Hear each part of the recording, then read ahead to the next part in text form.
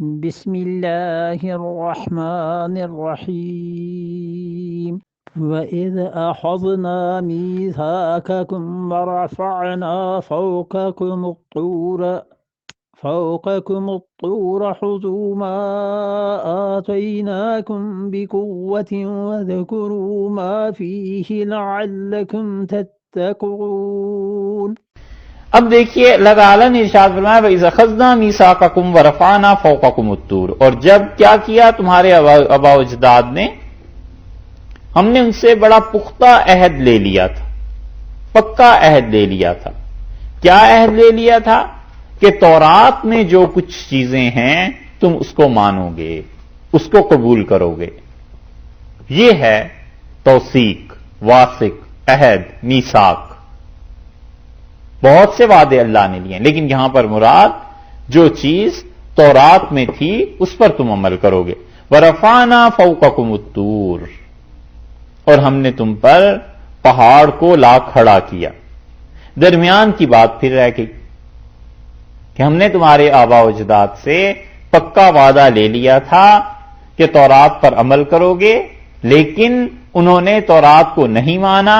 تو جب نہیں مانا تو پھر کیا ہوا؟ رفعنا فوقکم الطور، اور ہم نے کیا کیا؟ پہاڑ کو تمہارے اوپر لا کر کھڑا کر دیا۔ طور کہتے ہیں عربی میں، لغت میں پہاڑ کو، کوئی بھی پہاڑ۔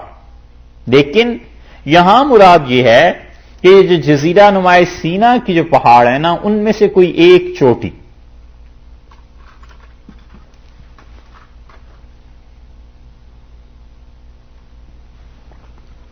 جزیرہ نما سینا میں کئی ایک پہاڑ ہیں، اور ان میں سے کوئی ایک چوٹی۔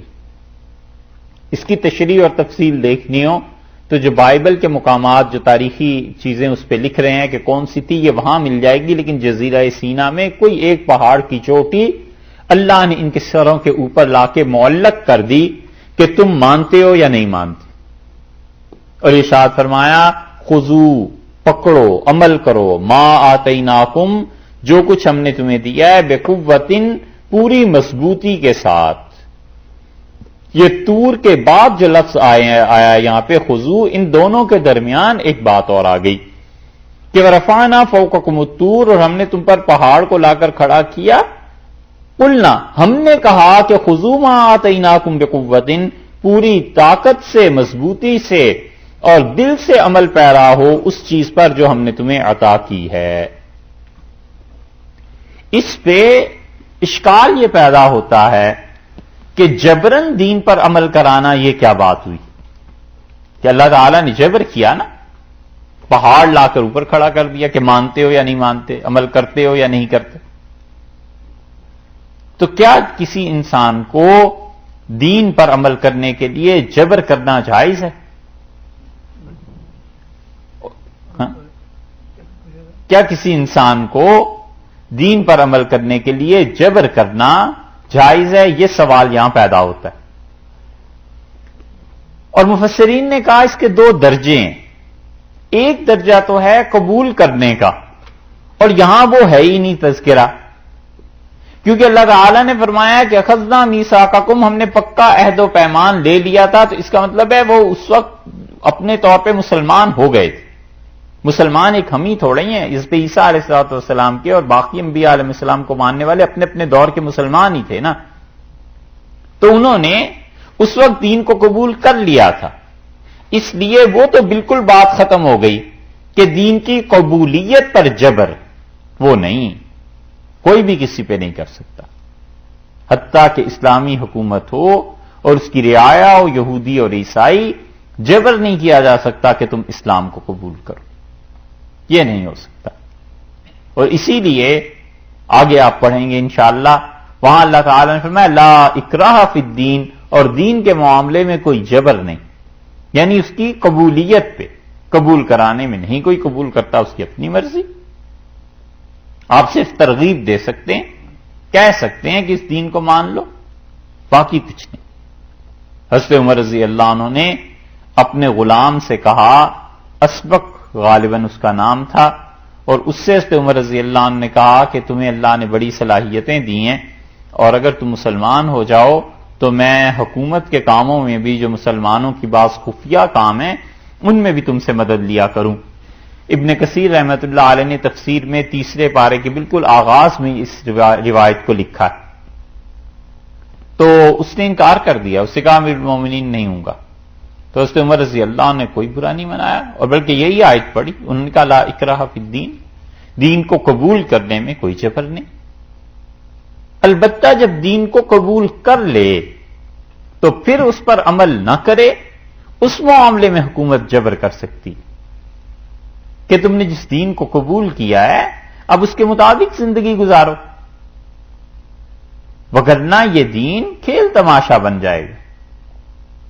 اور یہی دنیا کے قوانین میں بھی ہے کہ کہیں کی نیشنلٹی کوئی آدمی نہ لے اور اس ملک میں جا کر جو قوانین جو ان کے طریقے ہیں اس کے مطابق کچھ تھوڑا بہت آگے پیچھے بھی ہوتا ہے تو وہ کہتے ہیں جی ہمارا نیشنلٹی تو اس کی ہے نہیں، اس انسان کی تو جنرلی جو قوانین ہیں بس اس پہ نافذ ہوں گے، باقی خاص کچھ قوانین ہیں وہ نہیں ہوں گے۔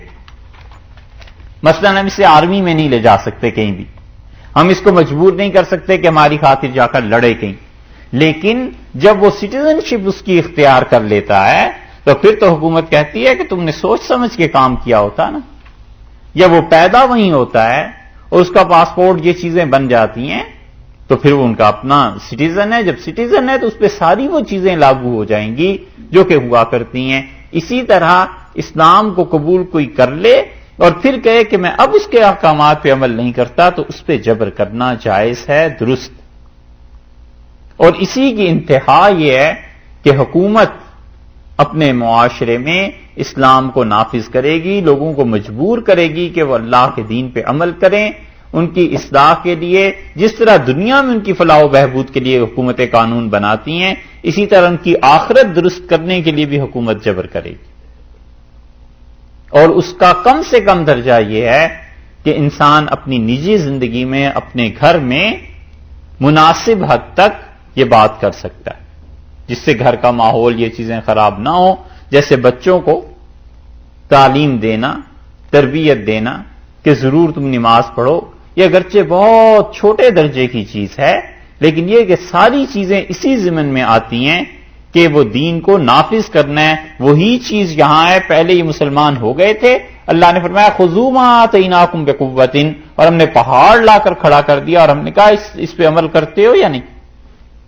کرو اس پہ عمل مضبوطی سے۔ وَاذْكُرُوا، اور یاد کرو ما فیہ، جو کچھ کے تورات میں ہے، لعلکم تتقون، شاید کہ تم متقی بن جاؤ، یعنی حقیقت میں تم متقی بن جاؤ گے، پرہیزگار بن جاؤ گے اگر تم تورات پر عمل کرو۔